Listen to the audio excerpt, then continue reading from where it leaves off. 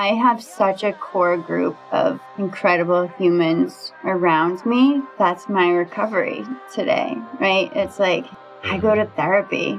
I love therapy. Where there's breath, there's hope, because like my family had accepted that I was going to die or just not be the same because of my use, and now all of us are sober. Stories are powerful. Welcome to the Rise, Recover, Live podcast, brought to you by The Phoenix. This is a space where people impacted by substance use can come to share their story of strength and resilience, get open and honest, and inspire hope and build community through shared experience. We'll be talking to people in our community on their own recovery journey and shine a light on the topic of recovery in all its forms. Maybe you'll hear some of your story in theirs. Let's show the world that together we rise, recover, and live. Hey, welcome back to the show. This is Liz. Really excited for you to hear this beautiful conversation with Tiffany, who is so generous to share her story with us today.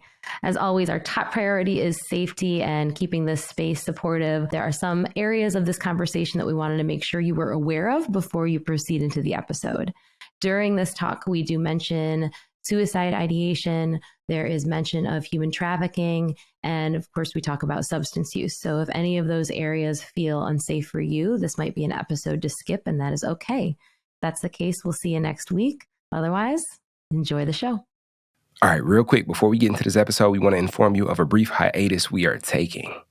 It is summertime. Yeah, if Liz's jingle doesn't indicate it for you, we had to take a break. Rest is important, and so we're just going to take some rest. Yeah, we're just going to take this summer to rejuvenate, to put together some new, really exciting ideas for the podcast. But we are not leaving you high and dry, right, Bryce? Nope. Meanwhile, we are replaying some of our favorite episodes, which you may have heard or you may have not have heard, but we're going to replay them. Yeah, and every time I listen to one of the episodes, I hear something different that I didn't hear the first time or that I need to hear in a different way this time. So I hope that you do listen to the replays. And in the meantime, we've got some asks for you. First off, if you haven't already, like and subscribe to the podcast so you can stay tapped in. Secondly, there's a volunteer interest link in the show notes. If you have any experience with SEO, graphic design, or anything that could help take this podcast to the next level, we want to be able to work with you. Yeah, the great thing about volunteering is you get to be more involved in the recovery community. You can give back a little to the podcast, get to know us, and also get some experience if you are looking to advance your career in graphic design, SEO, etc. So enjoy the episode. We love you. We about to go hit the beach. We'll talk soon. What's up, everybody, and welcome to another episode of Rise, Recover, Live, the podcast. I am your host, Bryce III. And I am Liz McKean. How are you doing, Bryce? I am good. How's your energy, Liz? My energy is, really good. It's been a busy day, and it's been a busy, I don't even know, month, year. So it's like I feel like I haven't checked in on it in a while. So, so it's still under review, I would say. How about yours? My energy is good. Today, I think, was a good day. A good friend of mine has been challenging herself. She just quit vaping. And in that energy, I kind of got caught up in that energy. Like, I want to challenge myself too. So I got up, took the kids to school, which is like at like 5:45. And instead of coming home and taking a nap, I stayed up and meditated and read my book. And so it felt good. It felt like I wasn't like trying to catch up with myself today. So yeah, it's been cool. That's awesome. Well, you seem very centered. I think it definitely is. It's translating. So that's cool. I'm glad you did that for yourself. Okay. All right. I might want to replicate this then. Huh? Well, who we got with us today? Oh my gosh. I'm excited about our guest today. So today we have Tiffany Foster, who probably gave us the coolest bio I've ever been so honored to be able to introduce someone with. So I'm just going to go for it because I could not say it any better. So Tiffany is a proud woman in recovery, a former substance abuse counselor, and newly CFL2 and Senior Program manager at the Phoenix. I knew I liked her. She's a lover of dogs, also desserts and CrossFit and tattoos. 2 of her dogs are named after desserts, Donut and Churro, which is the cutest thing I ever heard in my life. And another has the same name as a CrossFit hero wad, which is Murph. So we're definitely going to have to hear more about dogs. But for now, welcome, Tiffany. Thank you for being here. We're so excited to chat with you today. How are you? Welcome. Thank you. I'm good. Super excited to be here. And yeah, just grateful. We're excited to have you. And how is your energy? My energy is excited and grateful, really. Like, that intro is all of the things that I love. My life today is not in my wildest dreams what I expected it to be. So immense gratitude is like that's what I'm rolling with for like the new year. Just gratitude. I love that. Yeah. Awesome. So with gratitude, do you ever find yourself, even though like we've had the experience of being in a deficit and being on the other side of the tracks, like now, like with that, because like literally, like there's a borrowed time here for me. Like at least that's how I tend to look at it. It's like, yo, like I don't even know why, I made it on the other side of a lot of the experiences that I had. So just waking up should, hit me like bricks on my shoulders as to how much I have to be grateful for. But do you ever find yourself getting caught up still and having to remind yourself to be grateful? Yeah, and that's where I am right now. So like it's like an action step for me on a daily basis. I shouldn't be here, like the lifestyle that I lived. And I often have to like take a step back and remember that. And I've been doing that a lot lately. So like my sobriety date is October 26, 2013. And like once it comes upon those winter months, like all of those like first time experiences sort of come back, whether it's holidays, even like the smell of cold, right? Because I was homeless, getting up and going to my car in the morning and like that initial chill, I can feel that in my bones as if like I was still out there, Yeah. So through like the first couple months of winter, it's hard. Winter's hard. I live in Boston. So winter is rough. But it makes me take conscious action in my own recovery and gratitude and all of that. Cause like when it's nice and everything's great, like that's when things get taken for granted, right? Like when everything's fun and like when the tough months come and holidays and all of that, that's where like I still have to take action. Yeah. Yeah, somebody always does. Every time I come around to a birthday, I too got sober in 2013, and every time we get back around there, somebody tells me, "Now the real work begins." Yeah. I'm like, "Shut up!" But it's true. But it's true. It's like every day we wake up, it's like, "Oh, now the real work begins." Like it's a process of practice. Yeah. Let's kind of get into it. I would just ask the question, like, tell us a bit about your story and whatever is evoked by that question, just kind of go there with it. It's been a little while since like I've shared my story, and like I found the past couple weeks it's been like a more upfront, like some way or another I've been sharing little pieces of it, whether it's in the gym in Boston just with somebody like one-on-one, like sharing that little bit of hope of like where I came from. Quite literally, I lived outside of the Boston gym. Like I was homeless in the streets of Boston at a very young age. I was like 25 when I got sober. Probably about 21 to 25. I was in and out of institutions, whether it be treatment centers, jails, the streets, wherever. And like that, it was pretty normal for me. Like in my head, I thought like the people walking to work with like briefcases and everything, they were strange to me, right? The way that I grew up, both my mom and dad were in and out of recovery. There's some mental illness in my family. My dad went to prison when I was 7 and got out when I was 17. He paralyzed a woman drunk driving, his 7th DUI. I knew that like something was off in my family, right? I knew about substance use disorder. I knew about recovery. I grew up in between like bars and AA meetings, so I knew both worlds existed. What I didn't see was like somebody get sober and stay sober. So I didn't know it was like an option. right? Yeah. When I was 17, my dad got out of jail and he got an apartment in Revere, and I had like a bedroom there, and we started building our relationship as much as like that can happen at that age, right? Like he still knew me as a 7-year-old, and I didn't know him at all. 6 months later, he overdosed and died. Like, so at that point, it was during like the OCs and all that, the start of the opioid epidemic, and I was like using. It was still kind of fun, right? I was still like able enough to scrounge up enough money and go tanning.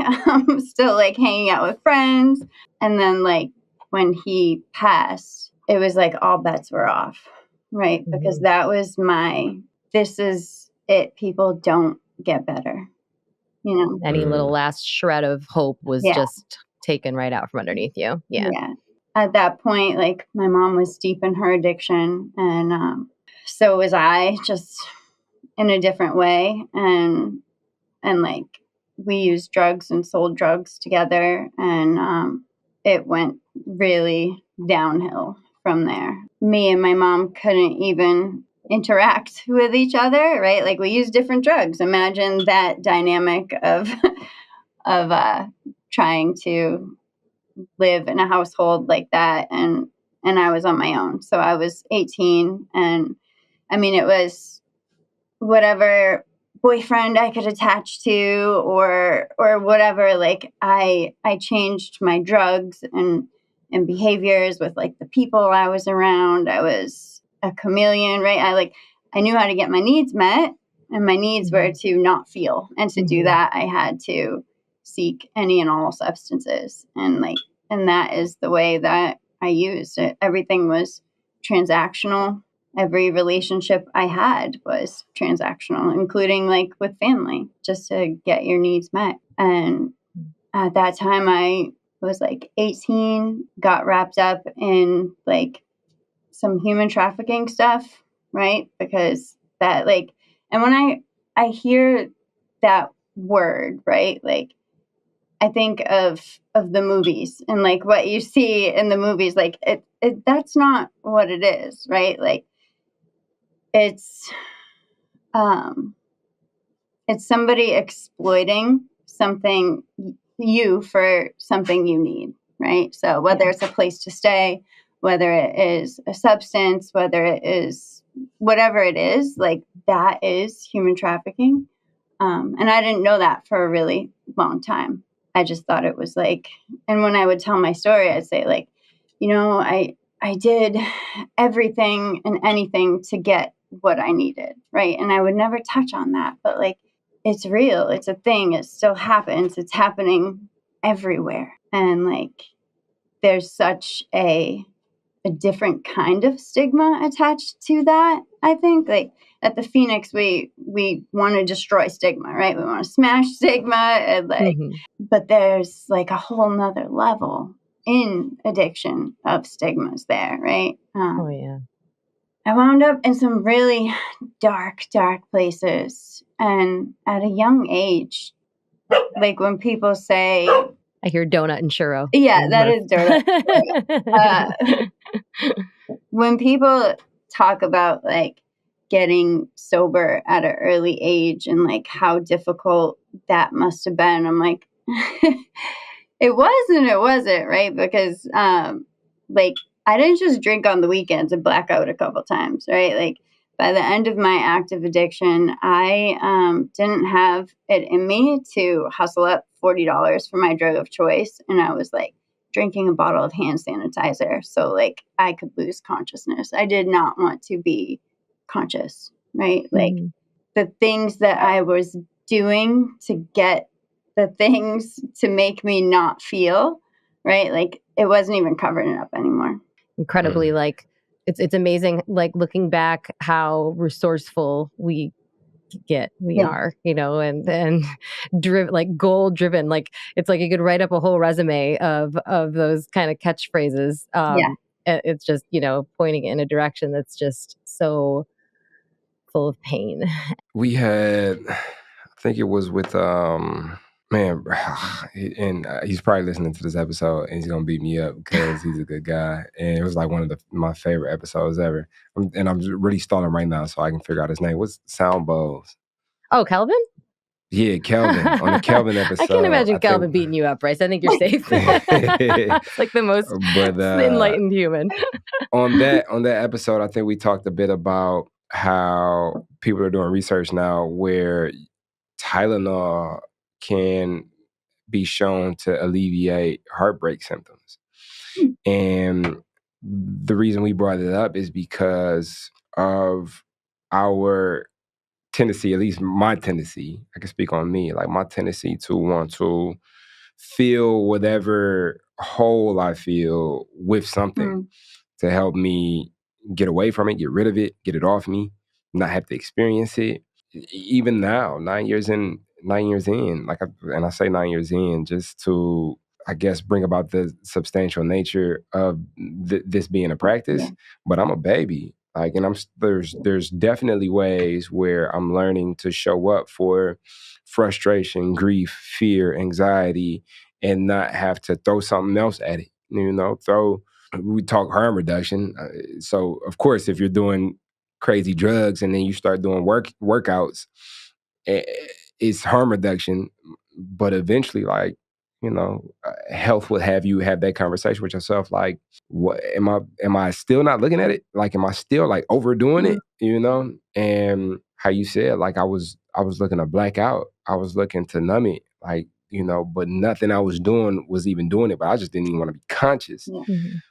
And a lot of times we'll find that like there's like life is life. Either we can show up for it or we can't. And I know for me, like I was not able to. Mm-hmm. And my favorite promise of recovery for me is being able to show up for life on life's terms. Mm-hmm. Having had the experience of not being able to show up for life on life's terms, what point did you get to where it was like, yo, something got to shake, something got to change? Yeah, there was an actual like specific day moment, that whole, like, we talk about your aha moment or your moment of clarity. And like, I believe that throughout my active addiction, I had little moments of clarity. Like, there are some things that I don't know how, but they're like, they stick out in my memory. And I know like each and every one of those moments led up to the final moment where I was like, oh, something's got to give. And it was October. I was in Franklin Park in Boston. I had found a mattress in the woods that was my home base. I had a sleeping bag and I had a guy that was next to me because it isn't safe to sleep in the woods by yourself as a female in Boston. Always had this, I called them like victims in my active addiction is what it was, right? They weren't boyfriends. They weren't like, I had people that I attached to and used up. I woke up that morning and I had frost on me, frost on my body. And I went to like wake this person up and he didn't move. And it was probably like only a couple seconds, right? But like a chain of thoughts went through my head. And the first one was like, oh my God, he's dead. And then the second one was like, I can't even call for help. I don't have a phone. If I could call, I have warrants, right? Like, and then it switched very quickly to me because, selfish, like immediate self-preservation. Yeah. I mean, you're trying to, yeah. It's very human. Oh my goodness. If I died out here, like nobody would know. He knows maybe my first name if I gave him the right one. Right. My family, I'm a missing person because when I use, right, like my family, the people that love me who don't want me to use are the enemy. So I don't contact them. They haven't heard from me in 2 weeks since the last time I called them for like money or a ride, right? And then like the final thought was, I don't want to die. And that was like the first time I thought that in a really long time, like a really long time. And at that point, like I say this, but like I had burnt so many bridges that if I was walking towards my mom on a sidewalk, she'd probably cross the street. Like I had done some damage. She was sober at the time. And I don't know, I walked down to the train station where I would usually go beg for money to get high. And I asked somebody for a phone and I called my mom and she answered. And I don't know if it was something in my voice or what it was, but she said, if you can get here, you can come home. And anybody that knows Massachusetts, it's like really difficult to get from Boston to New Bedford. I don't remember how I did it. I got there, took 3 days of calling around, trying to get into treatment. And when I finally did, my mom like paid my ex-boyfriend to bring me all the way to like the other end of the state. And that was the last time I went into treatment. And I didn't know it was the last time. I had been Section 35, which is a civil commitment, like a judge sentences you to treatment because you're a danger to yourself and everyone else for 30 to 90 days. And I had been on 15 of those to a treatment facility 7 times, and all the other times they sent me right to a state prison. So I had gone into treatment about 100-ish times, just like detox, spin cycle, when things got tough. I'd been to 7 halfway houses, all of this up until this point, and like nothing was different. It was cold, right? Like I had a thought that I didn't want to die, and that was enough. That's huge. Like that's a really, I think, I've had this conversation with my husband, who is not a person who's experienced addiction and who hasn't, had as many struggles with mental health as pretty much anybody that I know. He's like this very mentally stable person. It's wild. I don't understand it. But we've talked about, he's kind of like in passing when we've, heard about someone dying from suicide or just like having even those thoughts. And he's just expressed how, great, like, that's just great. Like, I can't imagine it would never come to that. Like, I would never like, and even, I've heard folks talk about it being selfish. And I think if you've never experienced it, you only know that narrative. You only know what that feels like. And you only know what the society tells us to think about that, and there's so many of us who we just hide it, that's something that so often it's, that we hear of someone no longer being with us and having almost like a moment of jealousy, of like, I woke up this morning and it's just, I have to do this all over again. And that's not even just confined to the years of active addiction in my experience. And any time that moment comes where it's like, I'm so glad I'm here. Like, I'm so glad I'm alive. Like, I get to see the sun rising this morning. And then especially in the thick of it, to be like, I don't want to die. Like, that's, I mean, like, I could feel that in every, like,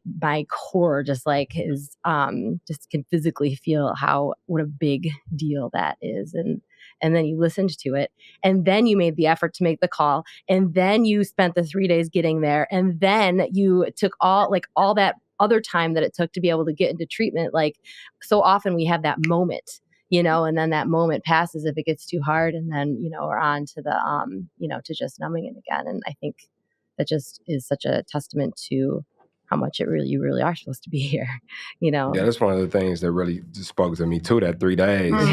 That 3 days of searching for treatment. Like, I've seen so many opportunities to strike while the iron is hot kind of get wasted, and then people are out of there, just because it's like, you know what, I changed my mind. You know what, it wasn't that bad. Let me go back to where it was comfortable and where it was that I come from and what I've been doing. And for me, like, I called and they had one bed available that day. And that's always been like a question that I don't meditate on it too long. Coulda, woulda, shoulda, you know, but it's just like, what if they didn't have a bed and I had to wait, you know, like how Would you have? Yeah. you know. I've left a lobby of a detox because like they were taking too long to get me intake. Like left my bags there and just left, you know. It was my time. Like the pain was for sure great enough. And like I said, it was multiple things leading up to that. Like on one of those sections I was on, and I am a huge advocate for Section 35s in Massachusetts. Like I believe every time I was forced into treatment, my life was saved every single time. Like what is Section 35? It's a civil commitment, so you're mandated to treatment. It can be when I was getting sectioned in 2012 and 13, they extended them to up to 90 days. Okay. Yeah, so it was 30 to 90 days. And even when I would get sent to Framingham State Prison, it was a women's state prison, there wasn't treatment there. There was literally 3 hots and a cot, but like my life was saved from something during that time. And whether it was somebody I met there, whether it was a CO looking me dead in the eyes and being like, Foster, again, you were out 2 weeks. Like, what are you doing? Whether it was an interaction like that or when I had road rash on my face, like looking me dead in the eyes and telling me like, when are you going to give yourself a break? Like, all those things like registered. So stories are very important. I'm a true believer in stories. And I think the most important story is a story that we tell ourselves. And I know as people in recovery, we tend to have a lot of opportunity to tell our stories. And I've listened to millions of stories. I don't know if it's millions, but I've listened to quite a few stories. And there's always the commonality between these stories that there's these little instances that may have not have been what caused a person to stop doing what they were doing, but was significant for that point in time. And it was like the straw on the camel's back, but not necessarily the straw that broke the camel's back. So that final straw is a culmination of all the straws, of all the experiences, of all those nurses, of all the people who showed up, of all the heartbreak and all this in that one moment, you know, and it's less of like one thing. And just one day and it was more like, you know, the whole fell out the bottom of the bucket. Like I could no longer carry this water. I think it's super interesting, and it also speaks to like you sharing your story. Like sharing your story on this platform or anywhere might be the thing that sticks to somebody where it's like, man, you know, that might not be the thing that stops somebody, but that'd be the thing. Like, I remember Tiffany was sharing her story and she had said this and this, and it really stuck with me. And then I kept going, but, you know, it really stuck with me. It's like we never know how we affect each other and what are those little straws on each other's backs. And it's those humanizing moments, I feel like, too, just those that are the straws like that. I love that metaphor. We're big fans of metaphors around here. It's just like all those things that you mentioned were, you know, people, you know, somebody that was like looking you in the eye, somebody that was, you know, believing you enough in you enough to be, you know, a little pissed that you were back, you know, like, I mean, I'm sure glad that you were there and not another place that you could have been, but like, you know, all those little acts of kindness, all those moments of seeing someone as a person, you know, no matter what, you know, is happening in that moment that you wish that was different. You know, I think it's like I just had a conversation with someone recently who had given someone who was living on the street near where they lived, they gave them $20 and they felt real good about it for a minute. And then they saw that person walk into a liquor store and they were like, oh, what a waste. They were so disappointed. They were so upset. They didn't make a difference. They made it worse. I was like, bro, it is not your job to decide what they do with that $20. You saw them and you smiled at them and you gave them something. And that's like, I mean, whatever, like, that builds up, like, you know, people, like, you saw somebody and you treated them like a person, like they mattered enough to be helped, and like that's still, it's a big deal. And so that makes me think of all those looking in the eyes moments are big. Yeah, real quick, because right before I want to ask this next question, but there's also like a straw phenomenon on this side of the fence too. but it's more like bricks, right? So now there's little things that I take from books or from conversations or from people sharing their story with me or from community or from experiences that now are the building bricks towards my house of wisdom.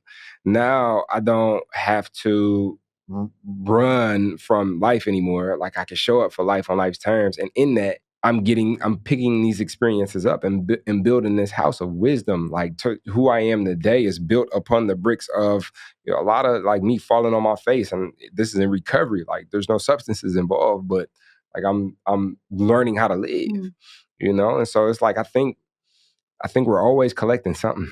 I think there's always like either an unwillingness or a willing process of like collecting or at least experiencing life in such a way that builds us up. So now you're in treatment for the last time and you've traded in the pain and the heartbreak and the agony of being out and about for the rawness of no longer numbing up. What was that experience like?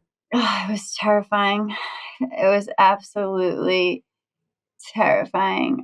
Every time I spoke, even like a couple words, my voice would shake. Like I didn't know how to human. I didn't know how to human whatsoever. And the one thing I did different, I remember in that treatment center that I was sectioned to multiple times, called Women's Addiction Treatment Center. I lead programming there now, which is just fills my soul to the absolute top. There was a bumper sticker on one of my case managers' closet, and it said, "Speak even when your voice shakes." And that's what I just started doing. I stopped hiding behind people and behind books, right? I would just go into treatment and read books and try to escape. Even still, even with a book, I was trying to escape my reality. But just in groups, I let people start to get to know me. Maybe it was who I wanted to be that day because I didn't know who I was, right? I had you were getting to know you too. Yeah. But I just started allowing people to know me. I stopped flying under the radar. I started taking suggestions of people that knew more than me. Instead of, I had this habit of attaching to somebody who I thought was sicker than me, right? Because they make me look better. I started seeking out those people that were, doing something different. I went to a whole nother area. The halfway house I went to, they were there's a horse farm and there's a garden and you can learn to knit. And I was like, no, I'm not going to do those things. But I chose that halfway house. It was close to New Hampshire and I had some warrants there that I wanted to clear up. Maybe I was going to go on another run, whatever. I don't know. I just thought it was a good opportunity. And what happened was in New Hampshire, you can't just go turn yourself in on a bench warrant. You have to go get arrested. I called and they were like, you have a $30,000 cash bail. And I had this incredible counselor. And she was like, listen, we're not going to make you do anything, but this is what it is. If you want your life to get better, we have to deal with the wreckage of our past. We'll hold your bed. They can't keep you forever. It was funny enough, it was a marijuana charge, which is now all legal, right? But I made a decision to go turn myself in from this halfway house where I was safe. I had probably 60 days sober. And I went and I was there for a week. I pled out to a misdemeanor charge. They gave me a lawyer, paid a fine, and they released me. But while I was there, I wasn't treated like crap by the police because I showed up and didn't treat them like crap. They like allowed me to bring a book into the holding cell because I asked politely, right? I didn't detox from anything. I slept pretty good for being in a jail cell. And once they transferred me to the county jail, I had a roommate and she was detoxing so bad. She was so sick and she had open wounds on her body. And she told me it was from shooting Wellbutrin, which is like a psychiatric medication. I looked at her and I was like, why?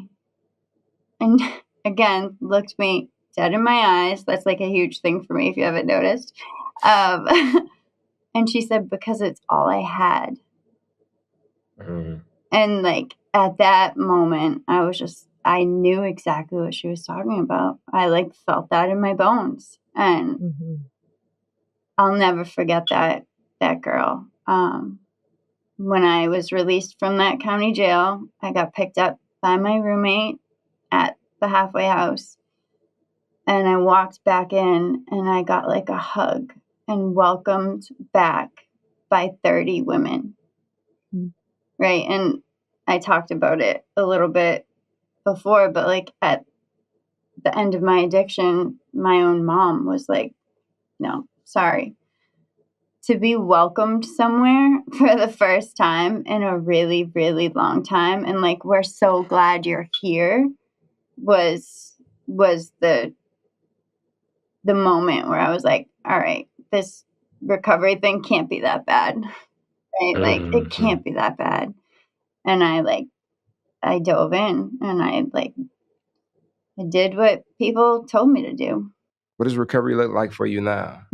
And what community spaces, places, things have helped you to get there? I wound up going back to school to be a substance abuse counselor, and I worked at that house that saved my life for 2 years. During all of that time, I was huge 12-step member. Went through my steps 2 times, had a couple different sponsors, found my people in those meetings. I heard my story. I believed that they had been where I was and that I could be where they were.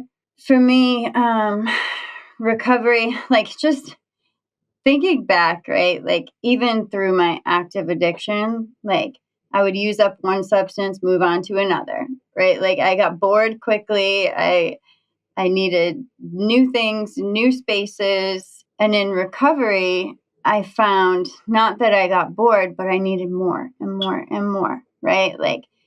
Adding different things on, just like drugs, more and more and more. See a theme here. I think we have a lot of words for bored. I feel like whenever I hear someone in our community use the word bored, it's I know where you're at. Yeah. It's a different meaning than I think maybe my husband might use it. Yeah. So my recovery had a flow and a journey like that. When I was working at that halfway house, I was about 5 years sober, still active, super active in my 12-step community. I started showing up to meetings, and mind you, I'm a full-time student. I'm volunteering for the Phoenix 2 nights a week, coaching CrossFit, working 40 plus hours because overtime, and still trying to hit my meetings. And then I'm showing up at meetings and there's 5 or 6 of my clients in the meetings. And not that, so it's a little bit different when it's not peer to peer, right? Mm-hmm. When you're a substance abuse counselor, I can't always share butterflies and rainbows, right? I'm going through it sometimes. And I shared one night and got really raw, and I walked into work the next day and one of the girls was like, "Oh my God, Tiffany, are you okay?" And I was like, "Oh, I'm here for you. You can't." It was just a weird.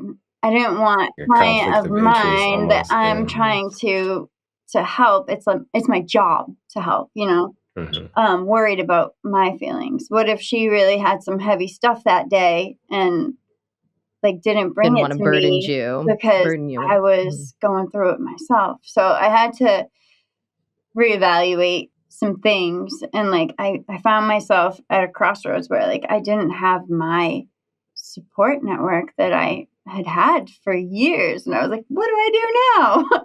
And I had heard about recovery dharma, which is like a Buddhist inspired approach to recovery and meditation. And I love meditation. It's been a part of my recovery from day 63 or something. I don't know. It took me a little while to get a minute worth of meditation under my belt, but once I did and realized I could slow my monkey mind down a little bit, it was like game over. But I sought out other avenues, and I was a volunteer for the Phoenix, so I was like, we should bring this recovery dharma here to Lowell, and like initiated a meeting and brought people in, and like for me, but also for the community. The fellowship that I went to was like early in my recovery, like sit down, shut up. If I want to know where to get high, I'll ask you. Like you don't have anything to share right now. So, and that's what I needed at that time. 5 years in, I was like, I kind of know some things. I kind of trust my intuition a little bit. Like this isn't my disease talking. This is my intuition.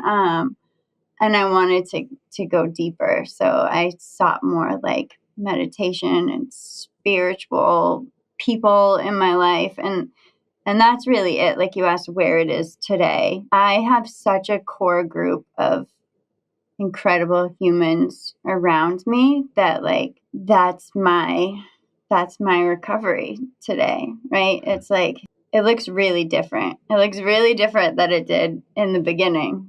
I go to therapy. I love therapy. Mind blowing. I was always, and it took me a while. So I've been in the same relationship since I was 18 months sober. We've grown together and in different ways. And we broke up for 6 months. And I had to do some digging around, like I talked about transactional relationships, right? Like that is all I've ever known. Intimacy, right? Does not just mean like sex. It's intimate relationships. I have to let people see me and know me. And because of trauma of like human trafficking and all of that, like I was showing up in not a great way. And he was showing up in not a great way. And we had to separate for a little while and like come back together. I did a support group called Ending the Game. It's like a survivors group.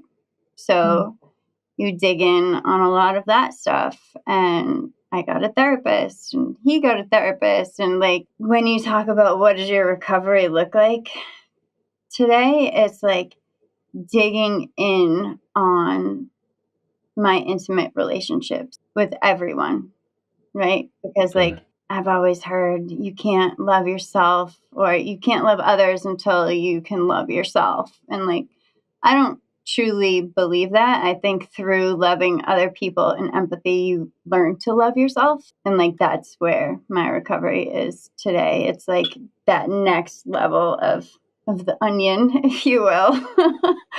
It's a beautiful thing. That's a beautiful thing. And thank you for sharing your journey with us. And the whole you can't love others if you don't love yourself. I rock with the saying. But I've learned there's not a black and white thing that I can find in recovery. Like everything is swirled together. And like sometimes like I can't just grab something and like, okay, well, this is the only rule I need to live by. Can't love others as much as you love yourself. So it's me all day, baby. Don't talk to me, don't call me. You know, like I can really go like we're in super couples extreme. Therapy, me and myself. You know, but yeah, you know, a lot of the stuff you share, I can relate to. I'm sure our listeners can relate to as well.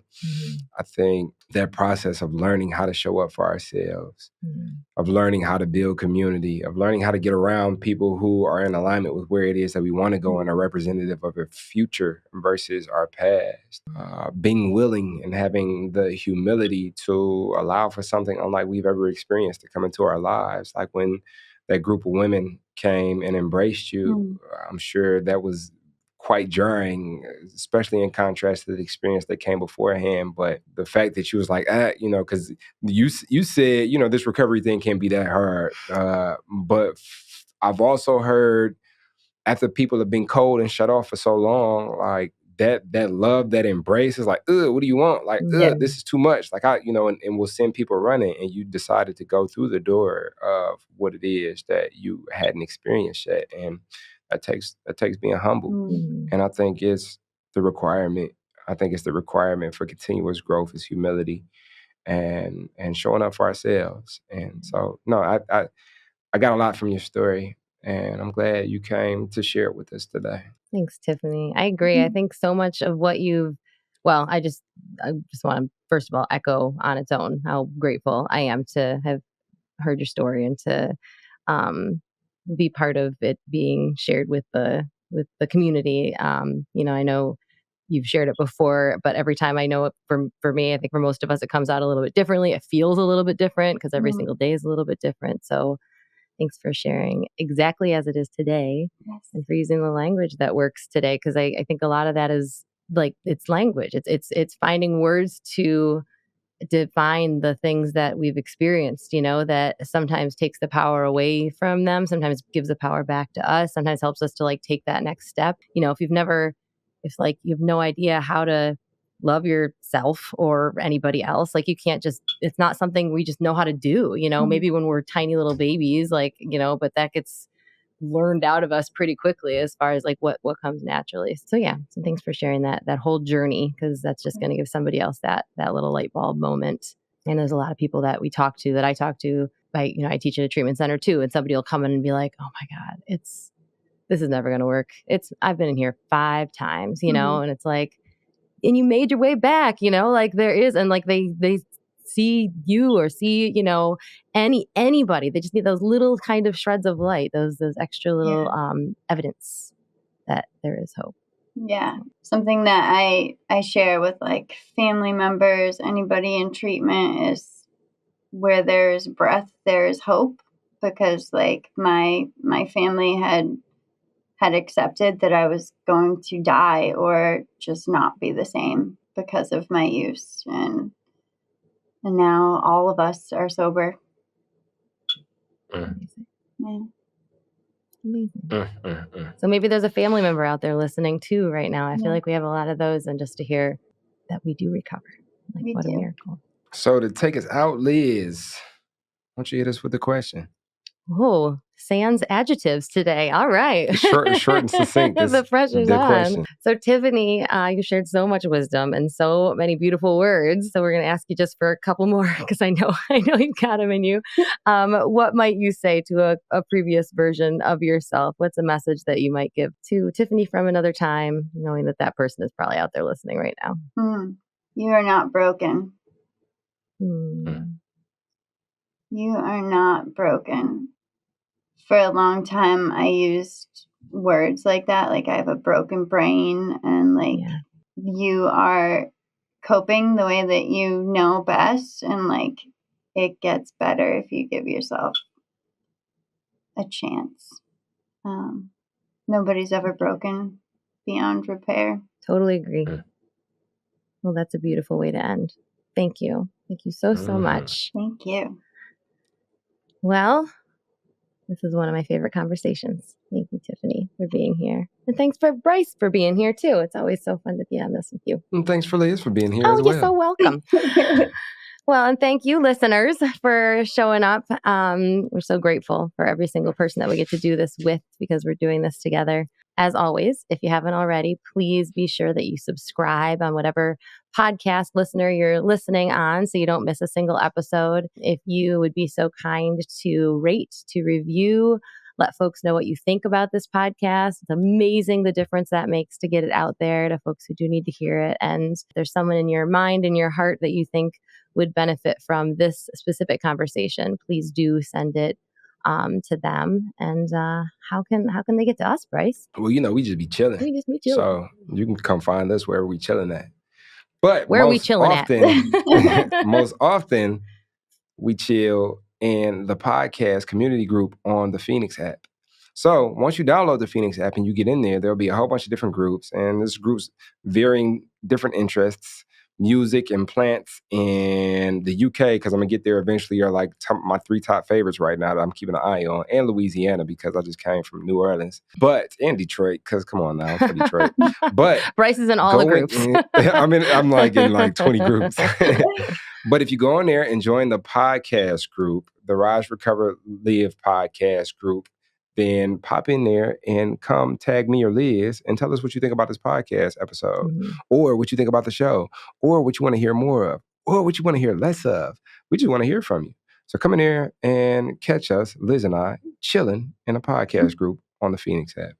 We'd love to chill with you. All right. Well, thanks again for being here. We'll see you next week, and take care of yourself. Take care of each other. See you next time. See ya. So now you're excited. Bryce, Liz, how do I get involved with the Phoenix? Well, my friend, it is super simple. We actually have an app. Head over to the Google Play Store or the Apple App Store, or look in the show notes of this podcast, wherever you're listening to or watching this podcast, and go download the Phoenix app. The Phoenix app makes it so easy to find classes that are near you, or to access our virtual class schedule where you can hop on from the comfort of your home. You can also join our groups and have a conversation with someone from the Phoenix community from anywhere in the world. Please make sure that you join the podcast group where you can connect with Bryce and I and other listeners. Everything that you need is in the show notes. You can also head to our website at www.thephoenix.org. And maybe while you're there, you click the volunteer tab and get even more involved.